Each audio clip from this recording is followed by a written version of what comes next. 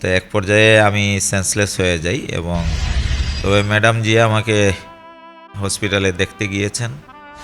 আমার ডান হাত ইটের উপরে রেখে চাপাতারি গুঁড়া দিয়ে একবারে খুব সজোরে আঘাত করে আমার হাতও ভেঙে দেয় এবং আমি যেটুকু টের পেলাম যে আমার বাম হাতটা তখন দুইজন টেনে সামনে ধরছে, আরেকজন বলছে যে ওর হাত কেটে ফেল যেন আর লিখতে না পারে কখনো।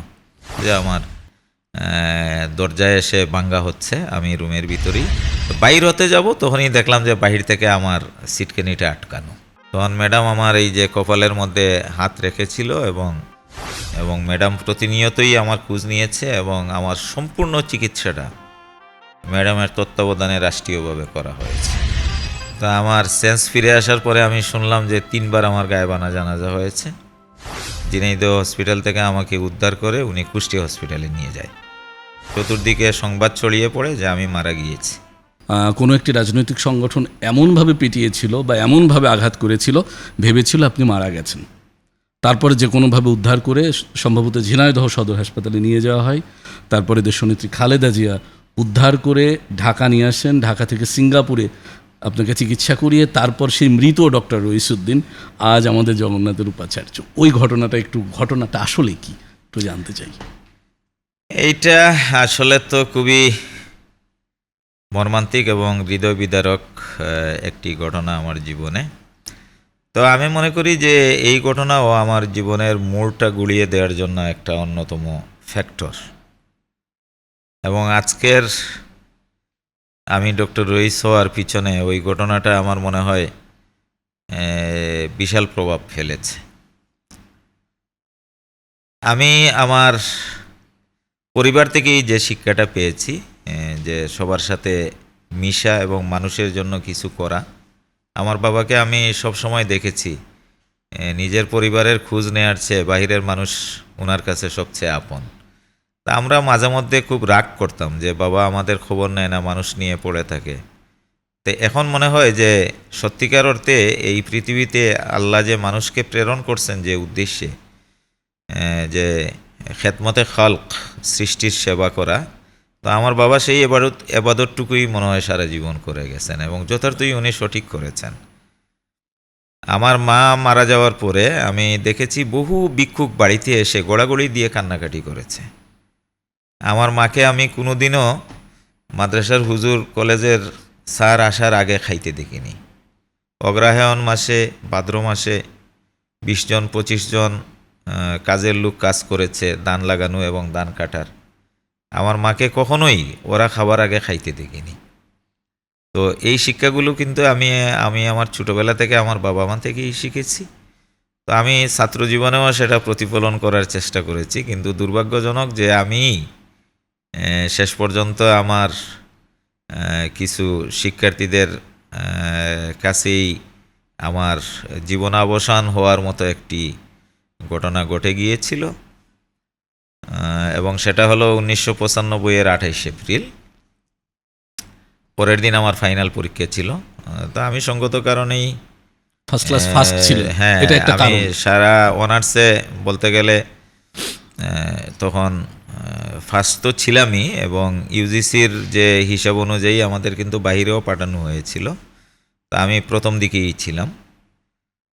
তো মাস্টার্সের আমার পরীক্ষা এবং পরের দিনই পরীক্ষা। আমি হলে ছিলাম, শহীদ প্রেসিডেন্ট জিয়াউর রহমান হলে আমি থাকতাম, যে হলের পরবর্তীতে আমি প্রভুষ্ট হয়েছি ওখানে থাকা অবস্থায়।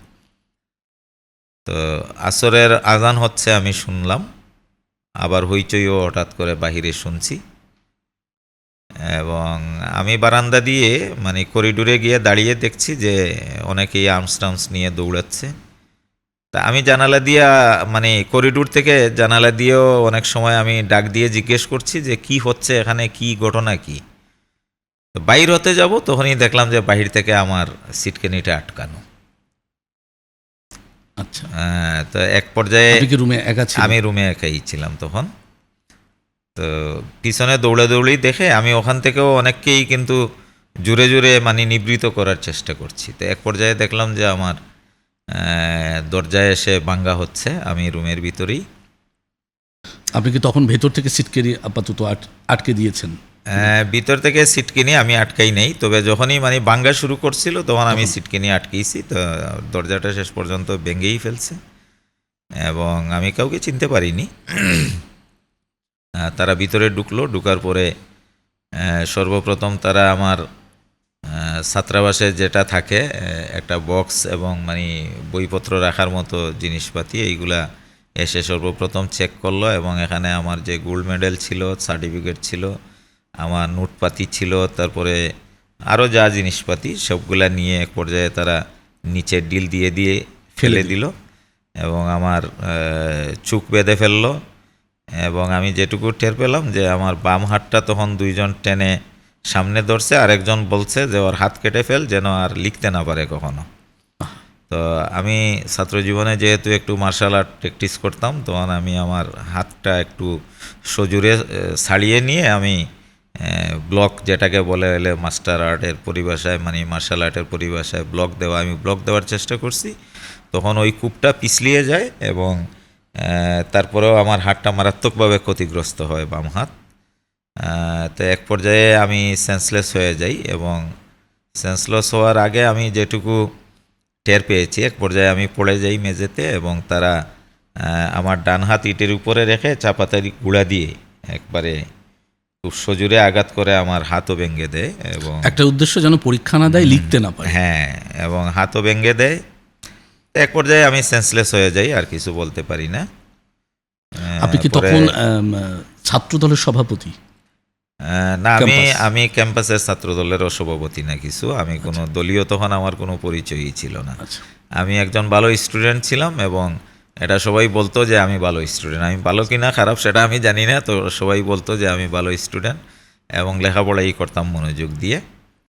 তো যাই হোক, ওখান থেকে পরবর্তীতে আমাকে উদ্ধার করে ঝিনাইদহ হসপিটালে নিয়ে যাওয়া হয় এবং সেখানেও একটা খুব কাকতালীয় ঘটনা আছে যে আমাকে একটা যে দল আমি কখনোই সমর্থন করি না, ওই দলের কর্মী হিসাবেই সেখানে নিয়ে যাওয়া হয়েছিল।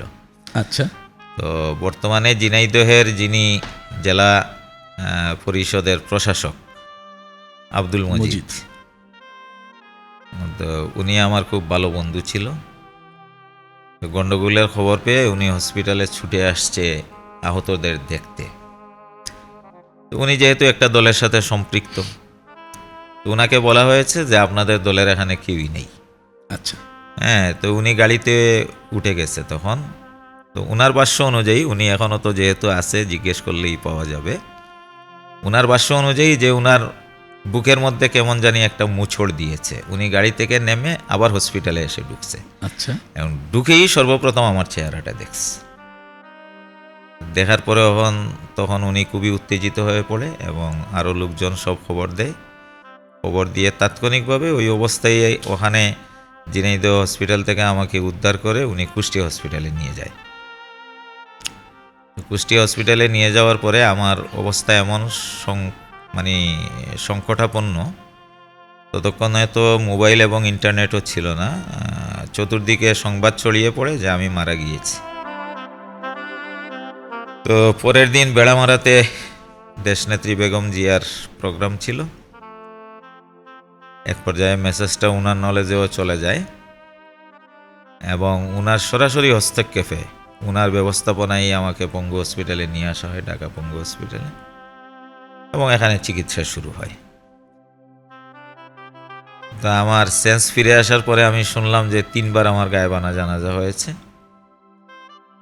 এবং আল্লাহ রব্বুল আলামিন আমাকে বাঁচিয়েছেন অবশ্যই, কারণ হায়াত মৌতের মালিক তো উনি। তবে ম্যাডাম জিয়া আমাকে হসপিটালে দেখতে গিয়েছেন এবং যেদিন দেখতে গিয়েছিলেন ওই সময়কার ওই হসপিটালের ডিরেক্টর ছিলেন রুহুল কুদ্দুস সাহেব, যিনি আওয়ামী লীগের সময় মন্ত্রীও হয়েছিলেন, স্বাস্থ্যমন্ত্রী।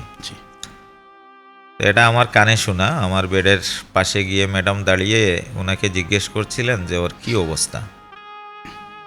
তখন পঙ্গু হসপিটালের ডিরেক্টর তখন বলছিল আমার কানে শোনা যে ম্যাডাম ওর হাত 28 টুকরো হয়ে গেছে, ওটা জয়েন্ট লাগানোর কোনো ব্যবস্থা আমাদের কাছে নাই, ওর হাতটা কেটে ফেলতে হবে। আচ্ছা। তখন ম্যাডাম আমার এই যে কপালের মধ্যে হাত রেখেছিল এবং বলেছিল যে ওর হাত কোনো ক্রমেই কাটা যাবে না, যা করতে হয় তাই করতে হবে। কিন্তু হাত কাটা দরকার হলে বিদেশ থেকে ডাক্তার নিয়ে আসতে হবে, কোনো মেশিনারিজ যদি প্রয়োজন হয় সেটাও নিয়ে আসতে হবে, ওর হাত কাটা যাবে না, দেশের জন্য ওর হাত দরকার আছে। ম্যাডাম কিন্তু এই কমেন্টসটা করেছিল।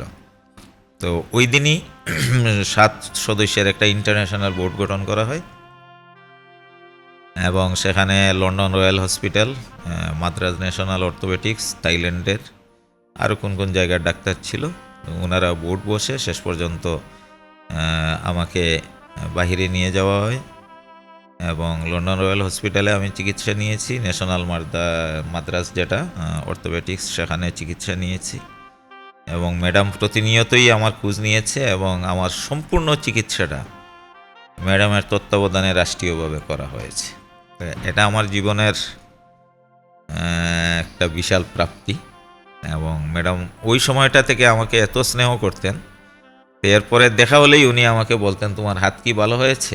আচ্ছা, এবং আমি দেখেছি যে আমরা এট এ টাইমে, আমি খুব ছোট মানুষ, আমাদের মরহুম professor Emajuddin sir, Iajuddin sir, Mustahid sir রাজশাহীর বিসি ছিলেন এবং এই টাইপের আরও যারা, ওনাদের সাথে আমিও অনেক সময় অনেকগুলা বৈঠকে ম্যাডামের গুলশান অফিসে থাকতাম। তো ম্যাডাম অনেক বিষয়ে আমাকে জিজ্ঞেস করতো, সবার কথা শোনার পরে তুমি কি বলবে, তোমার হাত ভালো হয়েছে। তো এই যে একটা অনুভূতি, এটা আসলে খুব আবেগী করে ফেলে আর কি। একেবারে আপনি যখন বলছিলেন চোখে ছলো ছলো জল জমছে। মানুষ শুধু সফলতাই দেখে, ওর বিপরীতে যে কষ্ট, যে ত্যাগ, যে তিতিক্ষা, সেটা হয়তো খুব কম মানুষই দেখে। এবং ম্যাডাম খালেদা জিয়ার জন্য আজকের অনুষ্ঠান থেকে আমরা সকলেই দোয়া করি ওপারে যেন তিনি ভালো থাকেন। সেটাই। আর আপনার জন্য নিরন্তর শুভকামনা। এই সংগ্রামের মধ্য দিয়ে আপনার জীবন চলার পথে এত অগণিত ভক্ত, শুধু ছাত্র না, আমার কাছে মনে হয় ছাত্রর চেয়েও আপনার ভক্তের সংখ্যা বেশি। কারণ ছাত্র তো শুধু যেগুলো আমরা পড়ার সুযোগ পেয়েছি, আমরা বিশেষ সৌভাগ্যবান। কিন্তু যারা পড়ার সুযোগ পায়নি, তারা 5 মিনিট 10 মিনিট আপনার সাথে যারা কথা বলে, আমার ধারণা তারাও আপনার ব্যক্তিত্ব, আপনার দর্শনের ভক্ত হয়ে যেতে বাধ্য।